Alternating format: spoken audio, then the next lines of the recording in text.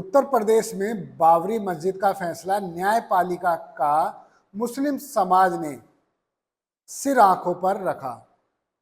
सोचा कि आगे अब इस तरह का कोई विवाद सामने नहीं आएगा। दरअसल ऐसा इसलिए सोचा जा रहा था कि वर्शिप प्लेस एक्ट 1991 कहता है कि 1947 से पहले जो स्ट्रक्चर थे उनका रूप वैसा ही रहेगा जैसा था। यानी कोई मंदिर है तो मंदिर माना जाएगा और कोई मस्जिद है तो मस्जिद मानी जाएगी। लेकिन एक के बाद एक हो रहे सर्वे तनाव पैदा कर रहे हैं। कोर्ट की भूमिका पर भी सवाल उठ रहे हैं। नमस्कार, मैं हूं मोहम्मद इमरान। उत्तर प्रदेश में ही नहीं बल्कि देश भर में बाबरी मस्जिद विध्वंस के वक्त देश भर में सांप्रदायिक माहौल देखने को मिल रहा था। 6 दिसंबर के दिन यूपी की सभी सरकारें चौकसी बरतती थी, चप्पे चप्पे पर पुलिस लगानी पड़ती थी। लेकिन मुस्लिम पक्षकार को पूरा यकीन था न्यायपालिका न्याय करेगा। जैसे ही फैसला सुप्रीम कोर्ट का आया, मुस्लिम समुदाय ने इसे स्वीकार किया और अपनी जिद छोड़ दी। पूरे देश में शांतिपूर्ण माहौल बना रहा। अब लगने लगा कि शायद देश में कोई ऐसा मुद्दा सामने नहीं आएगा। हालांकि आजकल मस्जिद निशाने पर आती जा रही हैं। संभल में जो हुआ किसी से छिपा नहीं। 19 नवंबर को याचिका डलती है, तुरंत सुनवाई होती है और तत्काल आदेश हो जाता है। सर्वे करने टीम पहुंचती है, आराम से सर्वे करती है और चली जाती है। मगर 24 तारीख को अचानक एक बार फिर सर्वे करने वाली टीम सर्वे करने जाती है। टीम के साथ कुछ लोग जय श्री राम के नारे लगा रहे होते हैं। इसी बात को लेकर अफवाह फैलती चली जाती है। 5 नौजवानों की इस पूरी हिंसा में मौत हुई है। पुलिस कहती है गोली नहीं चलाई, मगर वीडियो बताती है गोली कैसे चलाई जा रही थी। खैर, संभल का मामला अभी शांत नहीं हुआ है। अगला आदेश राजस्थान के अजमेर में बनी मुइनुद्दीन चिश्ती की दरगाह पर भी मंदिर होने का दावा किया गया है और सर्वे के आदेश हो चुके हैं।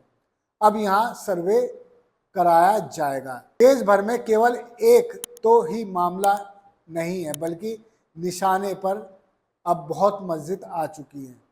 काशी की ज्ञानवापी मस्जिद, उज्जैन की बिना नींव वाली मस्जिद, मथुरा शाही मस्जिद ईदगाह, मध्य प्रदेश की कमाल मौलाना धार मस्जिद, अजमेर का 2.5 दिन का झोपड़ा, अहमदाबाद की जामा मस्जिद, तेलंगाना में देवल मस्जिद, पश्चिम बंगाल की अदीना मस्जिद पांडवा, दिल्ली की क्वत उल इस्लाम मस्जिद, मध्य प्रदेश में जामा मस्जिद मांडवा के साथ साथ कई और भी मस्जिद इस वक्त निशाने पर है और सभी के सर्वे कराने की पूरी प्लानिंग है। नए नए विवाद उपजाए जा रहे हैं।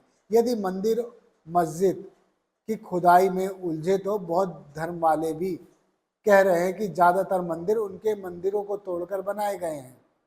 मुस्लिम इस वक्त फसाद करना नहीं चाहते, शांत हैं। लेकिन जिस तरह से एक के बाद एक मस्जिदों को टारगेट किया जा रहा है, उससे क्या देश में शांति बनेगी? क्या देश में युवाओं को रोजगार मिलेगा? आप लिख लीजिए ये बात। जिसने भी किया फसाद वो गया जेल, चाहे हिंदू हो या मुसलमान। लेकिन मैं आपको बता दूं, गोरक्षा के नाम पर भी कुछ युवक लगातार आने जाने वाले लोगों पर अटैक करते थे। मुसलमान नाम सुनते ही उनको पीट पीट कर मार देते थे। पहलू खान किसी से छुपा नहीं, मगर आरोपी जेल में है। ठीक उसी तरह अब एडमिनिस्ट्रेशन और मुस्लिम समाज आमने सामने आता जा रहा है। ये कोई सांप्रदायिक हिंसा नहीं है बल्कि एक तरफा है। एक तरफा क्या है? एक तरफा ये है कि याचिका डलती है, सुनवाई होती है, 2 घंटे में सर्वे टीम सर्वे करने पहुंच जाती है।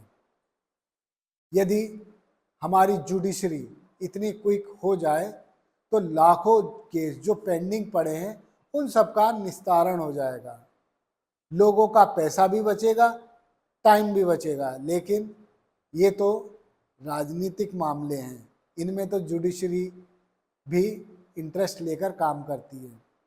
सुप्रीम कोर्ट ने कह दिया है कि उत्तर प्रदेश में पुलिस जो सत्ता का सुख भोग रही है वो काम करना सीख ले, नियमों के दायरे में रहकर ही काम करे। इस मामले में सुप्रीम कोर्ट ने यूपी की पुलिस को एक कड़ा संदेश दे दिया है।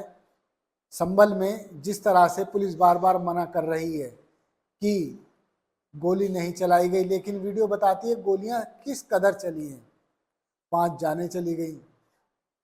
अब आज सर्वे रिपोर्ट पेश होनी थी लेकिन वो रिपोर्ट भी पेश नहीं हो पाई। 8 जनवरी कोर्ट ने अगली डेट दे दी है।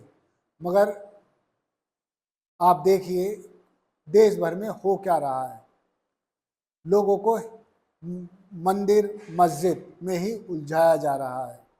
आप खुश होते रहेंगे कि मस्जिद में सर्वे हो रहा है, मस्जिद टूटेगी, लेकिन आप ये नहीं सोच पाएंगे कि आपकी आमदनी कितनी हो गई, आपके बच्चे को रोजगार मिला या नहीं, पढ़ाई लिखाई के अच्छे संस्थान हैं या नहीं, एडमिशन कैसे कराया जाएगा, इस बात की भी चिंता आपको होनी चाहिए। लेकिन मंदिर मस्जिद हिंदू मुसलमान, आप देख लीजिए जो देश में चल रहा है। अपने आप से सवाल पूछिए और एक बार खुद से भी बात कीजिए। धन्यवाद। आप देखते रहिए जय हिंद। आप चैनल को लाइक और सब्सक्राइब करना ना भूलें। जय हिंद।